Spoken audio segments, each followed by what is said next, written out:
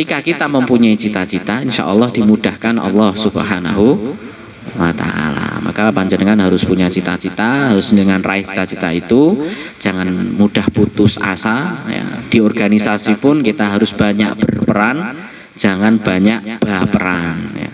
Ketika beda pemikiran saja oleh sama dengan ketua dan sebagainya, akhirnya baperan. Jangan, ini sesuatu yang tidak baik ya. Kita nggak akan bisa maju-maju kalau seperti itu. Mungkin itu dari saya, ini sudah disodori Ustaz Teguh. Intinya apa? Marilah kita raih cita-cita kita dengan sebaik mungkin, seperti orang Badui tadi ya, menjadi orang yang mampu ya, itu mempunyai kelebihan ya, kelebihannya banyak ya, kita bisa melakukan secara maksimal di dalam ibadah untuk menggapai akhirat kita. Maka ini termasuk masukkan ke dalam cita-cita santri sekalian ya. Jadi cita-cita panjenengan, dan semoga Allah mudahkan cita-cita panjenengan menjadi orang yang sukses dunia dan sukses akhirat. Kalau tadi Ustaz Teguh mengatakan saya sukses, saya merasa belum sukses. Karena saya masih fakir, masih perlu banyak belajar ya. Karena kehidupan ini intinya kita harus banyak belajar dan terus belajar. Dan semoga dengan belajar itu kita dimudahkan dalam segala hal. Terima kasih. Wassalamualaikum warahmatullahi wabarakatuh. Terima kasih Mas Haji Mamat yang sudah memaparkan atau memberikan ilmunya tentang cerita tentang beliau merintis usaha-usaha yang alhamdulillah sampai saat ini ya, kalau saya mandang sukses Mas. Ya alhamdulillah. Kemudian selanjutnya nanti kita ada acara tanya jawab di cermin pertama. Kita cukupkan nanti satu penanya saja. Insya Allah nanti ada voucher makan gratis ya. Siap, nanti saya kasih vouchernya 2 saja berarti ya. Kemudian silakan yang ada dari santri bisa mau berikan pertanyaannya untuk pada acara kegiatan Jiwa Santri Jiwa Berwirausaha. Silakan ada. Oh ya, silakan.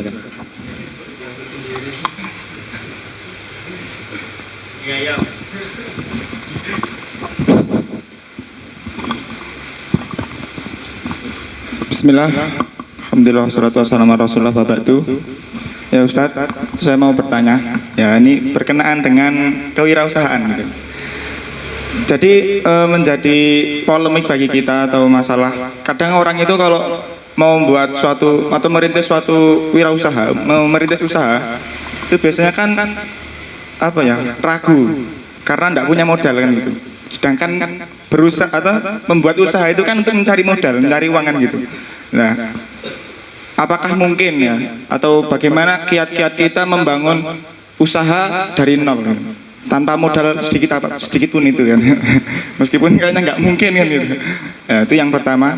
Kemudian yang kedua, saya pernah mendengar atau pernah membaca bahwa usaha yang baik itu bukan usaha yang modalnya besar, tapi usaha yang cepat dimulai kan itu.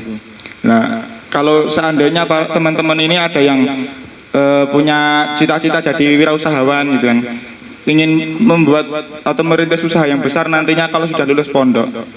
Nah, kira-kira apa persiapan yang bisa ditempuh teman-teman ini sejak mereka masih menjadi santri? Jadi apa yang bisa dipersiapkan, entah itu kalau tadi disebutkan banyak fokus di organisasi ya, latihan berorganisasi. Adakah alternatif atau cara yang lain selain itu? Ya, mungkin itu yang bisa saya tanyakan. Ya, atas nama atas nama Muhammad Habib Mutakin. Ya, Muhammad Habib. Kelas berapa? Kelas 2 SMA. Kelas 2 SMA. Ya. 2 aliyah ya. Terima kasih atas pertanyaannya. Bisa saya jawab jadi satu ya. Pertanyaan pertama dan kedua bisa saya jawab jadi satu. Intinya di dalam benar tadi perkataannya tadi, usaha itu yang baik harus dimulai segera kan gitu ya. Intinya seperti itu ya, harus dimulai segera. Tapi segera itu harus dipertimbangkan ya. Dipertimbangkan antara apa namanya kelemahan dan kelebihannya ya. Engko lek rapayu piye kan gitu ya, nanti lek ini tidak progresnya nggak bagus harus bagaimana gitu. Nah tentunya pemecahan-pemecahan ini dalam usaha itu akan ada solusi itu ya tergantung kitanya gitu. Nah, makanya ya alhamdulillah saya kenal organisasi di pondok dengan banyak pemecahan masalah, kan sering memecahkan masalah ya di sini kan sering ada masalah itu, maksudnya ya ini gimana agar solusinya agar seperti ini biar lebih baik, gimana solusinya ini agar santri itu bisa bangun lebih cepat sadar gitu kan. Oh itu harus disemprot misalkan atau apa gitu kan, pakai semprot bangun dan lain sebagainya. Nah ini alhamdulillah ya terbawa gitu. Kalau pengalaman saya pribadi terbawa dalam diri saya gitu. Maka pada waktu itu saya sering seneng tantangan-tantangan itu untuk dipecahkan. Nah, jadi pemimpin pun juga jangan terus nanti sebagai ketua terus anggota adik-adiknya terus semena-mena kan gitu misalkan. Akhirnya menghinakan dan sebagainya. Itu tidak diajarkan Rasulullah. Walaupun beliau seorang pemimpin, beliau tetap, kalau sekarang itu ada siapa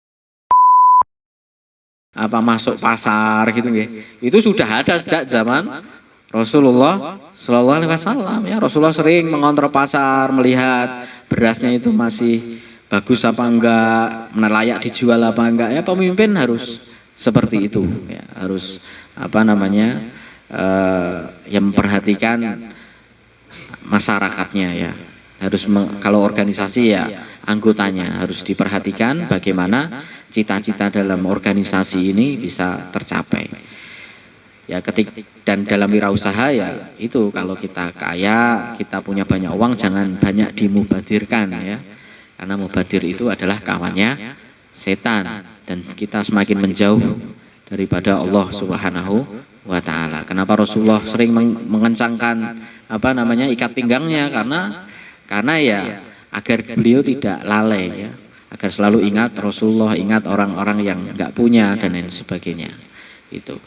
Tapi jangan sampai kita istilahnya salah menerjemahkan. Oh, harus miskin gitu. Orang Islam harus miskin gitu, karena Rasulullah itu sepertinya miskin karena yang disampaikan itu gitu. Salah, itu salah. Itu banyak sekali sahabat, sebagian sahabat saja yang saya tulis di makalah tentang harta kekayaan para sahabat. Ternyata kaya para sahabat. Dan ketika kita sudah berwirausaha, sudah tahu ilmunya, banyak mencoba ya, karena itu harus dicoba, nanti intuisi kita akan main ya. Di organisasi pun sering memecahkan masalah, nanti kita akan main seperti orang mau nyalip mobil, ini tekan nomora, oh ini sampai ini insya Allah nggak nabrak, bisa gitu. Itu sudah di luar kepala. Nanti insya Allah seperti halnya Abdurrahman bin Auf, kalau nggak salah sahabat Nabi itu ketika beliau hijrah ke Madinah, beliau hartanya semua diinfakkan di jalan Allah Subhanahu wa taala. Kemudian sampai di Madinah, beliau tanya, di mana pasar? Padahal tidak punya harta, padahal itu hartanya sudah habis ya, diinfakkan di jalan Allah untuk hijrah. Kemudian setelah beliau ke pasar, hanya hitungan waktu, tidak lama, hanya berapa bulan, beliau sudah bisa bangkit lagi ekonominya. Karena apa? Intuisinya sudah main, ya, mindsetnya sudah terlatih, ya, usaha beliau sudah terlatih. Maka ketika di Madinah pun menjadi kaya kembali, ya, punya banyak harta lagi. Terima kasih.